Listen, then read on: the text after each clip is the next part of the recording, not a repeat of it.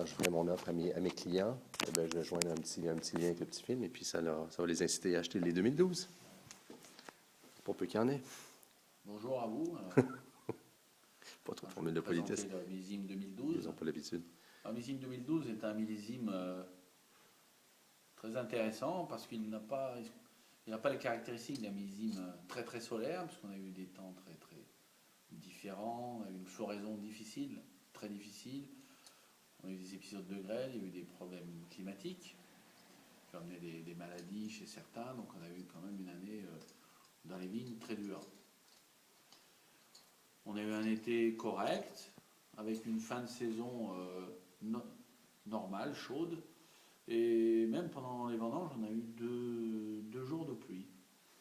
Alors, au niveau des raisins, on avait bien sûr une floraison très difficile, donc des raisins très mildrandés, voire même beaucoup de coulures sur les blancs, 50%, et une grosse coulure sur les rouges, environ 30%.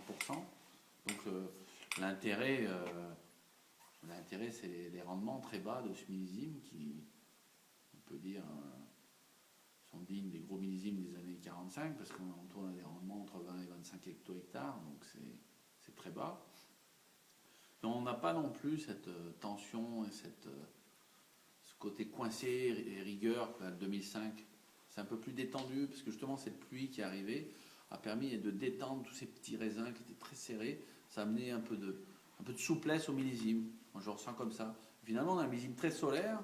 Moi je pense que la qualité de certains vins est supérieure au 2005. Très solaire, malgré le fait que vous avez vendangé relativement tard. Voilà, tard, on n'a pas un type solaire, on va dire, mais on retrouve des vins qui sont très colorés.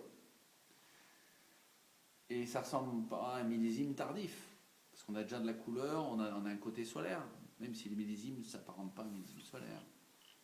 Et on a beaucoup de tanins, on a des très bons pH, aussi bons qu'en 2005, très bas.